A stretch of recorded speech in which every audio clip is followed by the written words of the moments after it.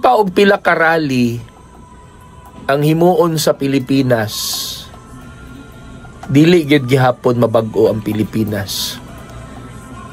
Bisan pagkada adlaw ta mag-rally. Kabalo mo nga no mga kaistorya. Kasagaran magud anang ga-organize og mga rally na magud gyapon na sila yung mga personal nga interest. Okay, karon ningon ani, nag-rally ka kay gusto nimong nag-rally mo. Kay gusto nimo pulihan ang mga kurakot. O di natanggal tong mga kurakot. Nag-rally to sila kay para matanggal tong mga kurakot, para mupuli na pud ang laing kurakot. That is a sad reality in the Philippines.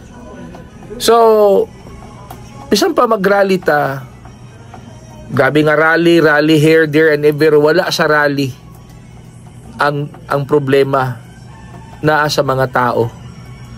Naa sa mga tao nga nagsilbi diha sa gobyerno.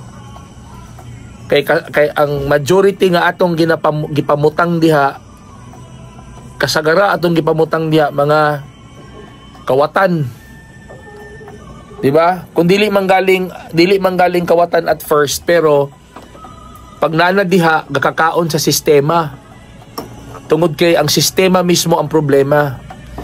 So kung gusto gid nimo nga mabag-o ang Pilipinas, ang pagbag-o magsugod sa kaugalingon. Una, kanang ipamutang nato diha dapat naigugma sa iyang nasod ug sa iyang isig katao.